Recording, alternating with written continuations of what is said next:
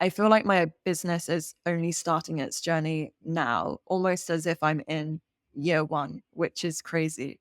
But it just means there's so many exciting things to come. It does feel like that. Like the first few years are almost like training camp and testing and experimenting, and then you finally get where you want to be with it, or you know where you want to go with it. It feels way more aligned with my soul because I always knew I actually wanted to be a brand known for something, not just the products, but also a feeling.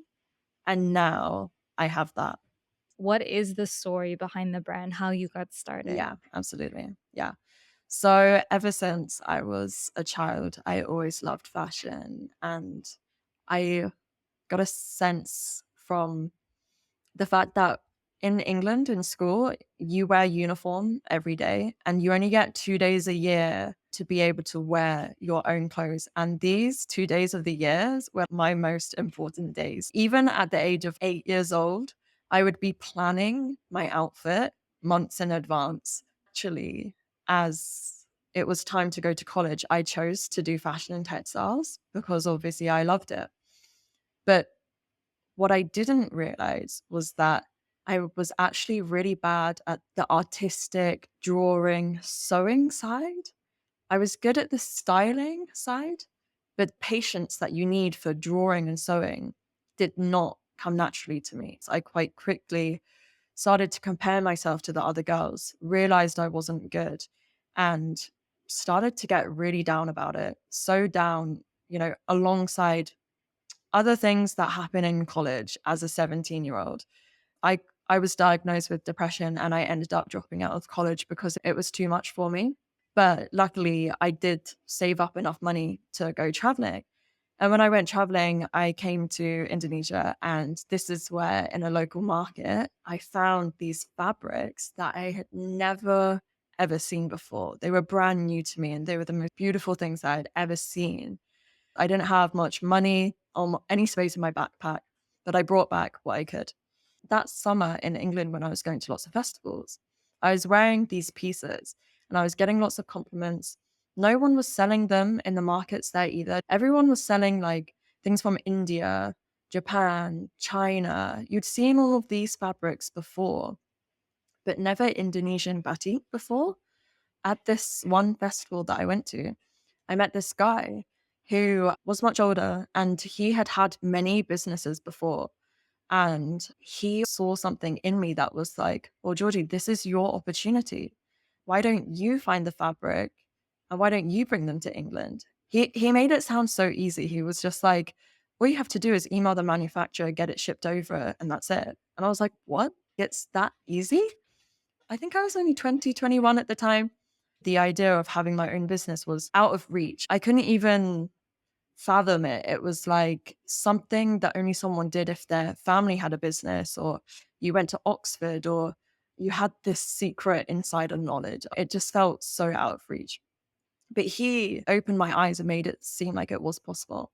And from that moment on, it was a done deal. And I couldn't rest. I couldn't sleep if I wasn't taking action on it. And obviously, it wasn't as simple as just emailing a manufacturer and getting it shipped over, because in Bali, they don't really use computers here. It's very old school. So it wasn't until I physically came back here, the fabric, found a tailor, started off with about 50 pieces, started selling it on these sort of third reseller, secondhand vintage sort of websites. And I also did a few market stalls on the weekend, and they also went really well. And there was one day where I made my entire month's salary in one day. But what job just allows you to go off to Bali for a month and and then be like, yeah, sure, we'll have you back? It just doesn't work. I had to leave. And then I left. We had one Christmas that supported me enough to survive. And then COVID happened. Yeah, I thought it was going to be a disaster. Who was going to want to buy clothes when there's a pandemic happening? But it shot up, went crazy. And then here we are today. And it's such a powerful story. You had this self doubt for something that you felt so called for because you were comparing to others, but your skill set didn't need to be the same as theirs. It was about you could have the artistic vision and then you could get people to support you in creating it. And I Yeah. think that's a really big thing is understanding you can build team, understanding you can find skill. Yeah. You don't need to learn and do it all on your own. I wish I had delegated sooner, but also for me and for my business, I use classical, timeless shapes. So I don't actually have to design anything. And like, there's nothing wrong with that. You don't have to have a brand that is super innovative and you're coming up with new ideas that have never been seen before. The pieces, you're wearing one now, they're beautiful, Yeah, they are thank you. stunning, Yeah. they're comfortable. Yeah. They have their own value, but it also is very much the work behind the scenes, like what you're creating, how you're giving back, how you're including all of these local families. All of it contributes to something that is not replicable, Yeah. that someone else might try to reproduce the same product, but they don't have the same story. I think it's fascinating how you've grown and done this, Mhm. but it is interesting that you had this product that kind of embodied what you wanted to do, but because you were selling it on another platform, you didn't have the same autonomy and freedom to really create the experience that you're creating now for people. I've been making a very comfortable living off of these platforms up until now.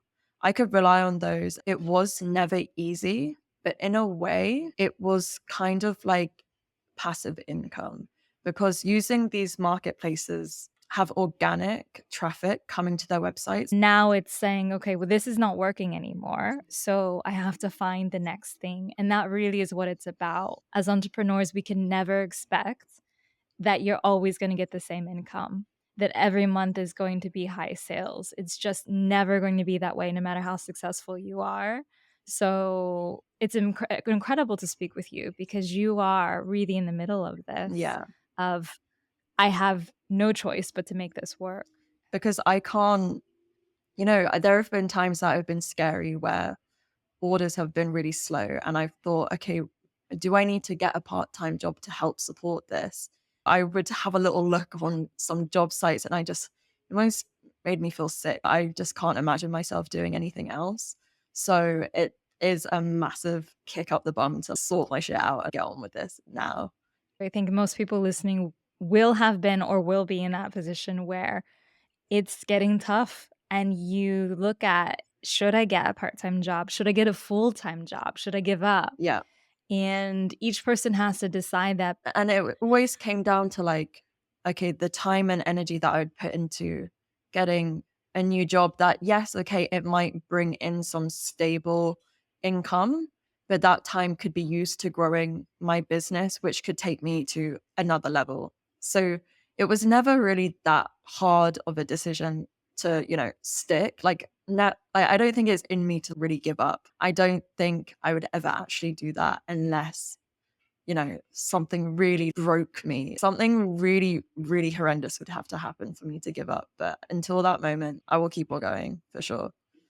That's a really good point is, okay, if I got the job, okay, I'd have some money coming in, but then what? Then I would eventually just go back to my business anyway, Yeah. and I would have lost that time of building what I had. I've had this dilemma 2 years ago, and I remember telling my mom, "I think I'm gonna consider this job," because it was basically gonna be given to me. It was super high paying. It was exactly my skill set. It was remote.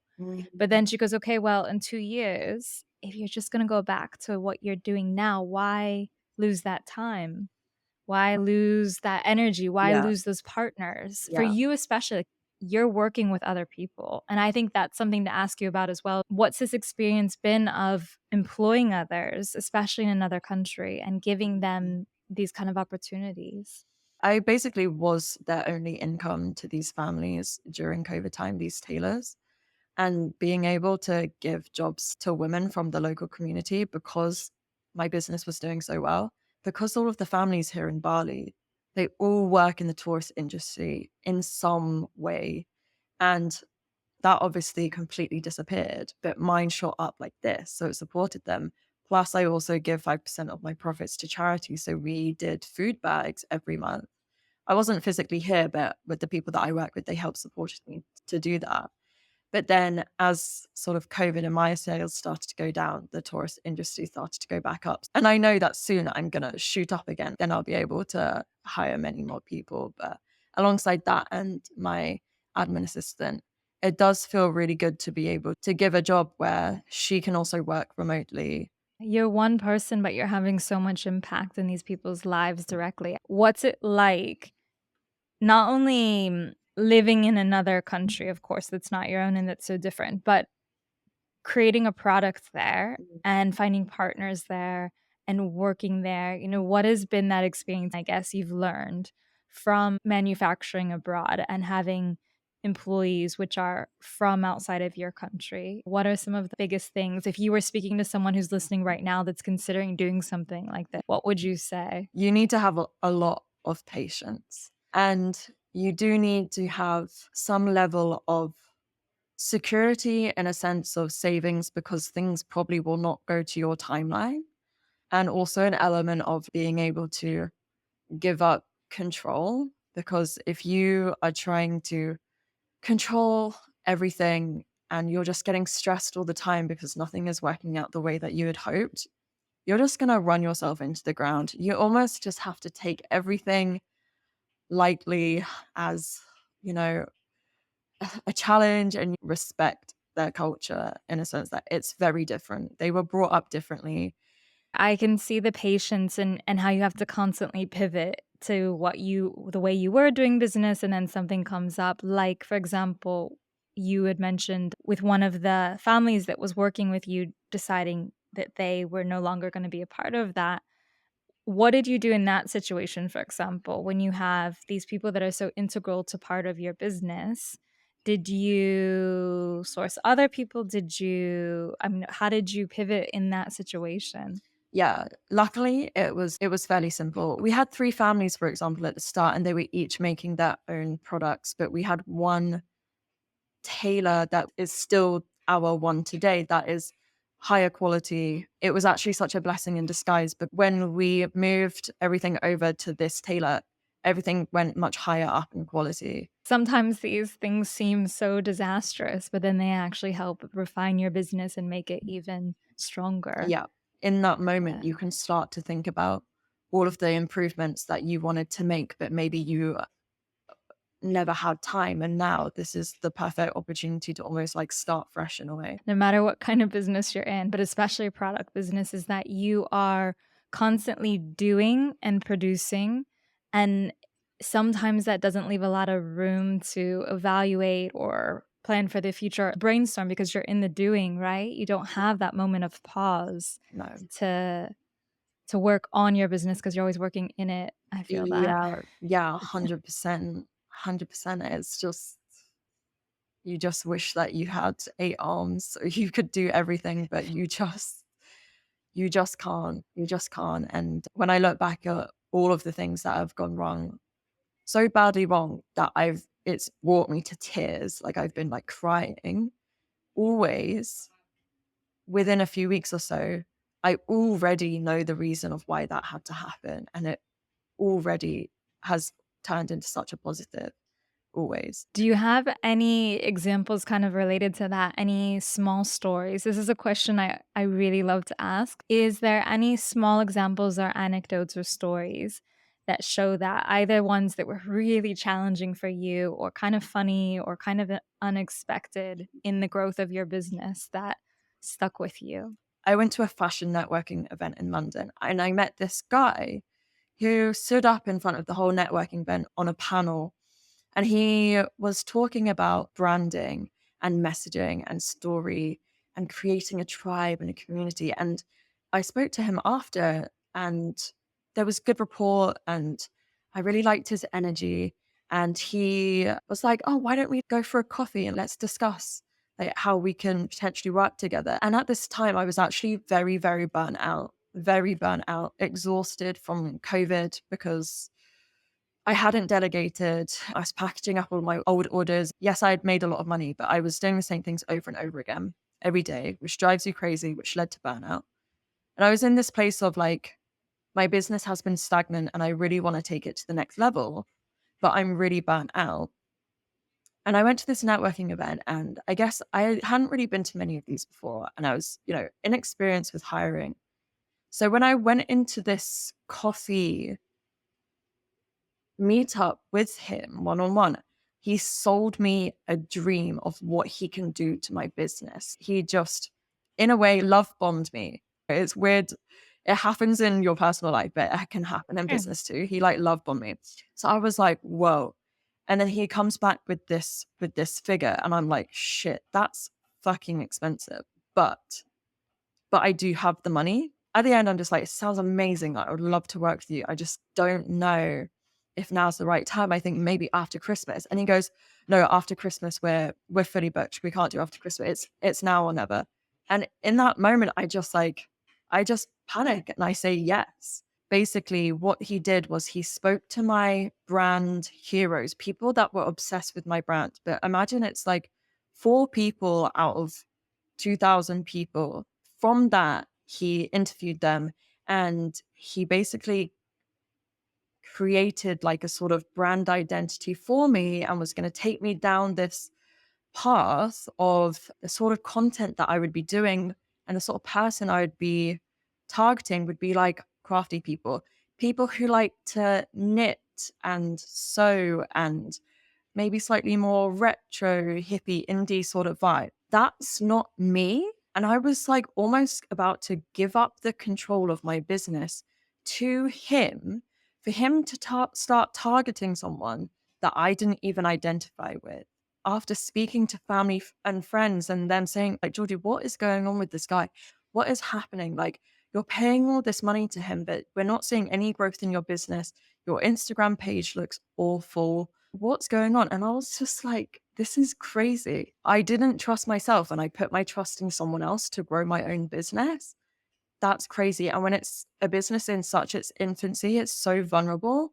And to give it into the hands of someone, which I then later find out that he wasn't that experienced. His company was fairly new. He hadn't had that many clients. His theory had not been trialed and tested enough.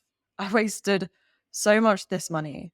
The one thing that this guy did teach me was how valuable and interesting my story was. You don't realize that your own story, your journey is interesting. You think it's boring because you lived it and like your darkest times of what you've gone through, you almost want to forget about them. I'm going to make that investment back that I spent on him.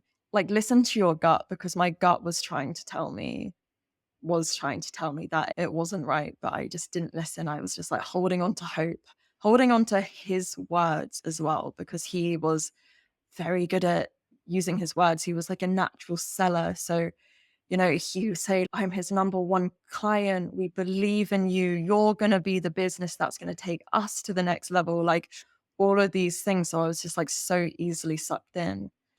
Expensive lesson, but it's like you said, it's not really a failure. It's not really a failing as long as you're taking something from it. And that's a big thing too. Is like all of us, everyone is going to spend much more money than you have, much more money than you should Yeah. on something that doesn't work out. And I think like one of the really good points you brought up is this love bombing in business because so many of us fall victim to it. Yeah. We see the person that's doing the course or the one-to-one coaching or the one that has these amazing videos and we think that's who I'm going to work with and they're going to change everything. Yeah. But it's so rare that one person can do that for you besides yourself. Why, in your opinion, even with all the hardships, the hard stuff, the lessons, is it always worth being an entrepreneur?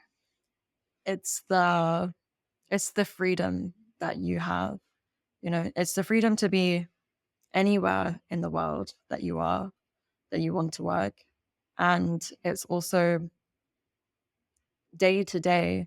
If you feel like, taking a morning off, you can just take a morning off. If you want to take a whole day off, you can. And, not having to listen to anyone else. Your stress is stress for you, and it's not stress for someone else. You're not stressing to build up someone else. You're stressing for yourself and the freedom and what you're creating.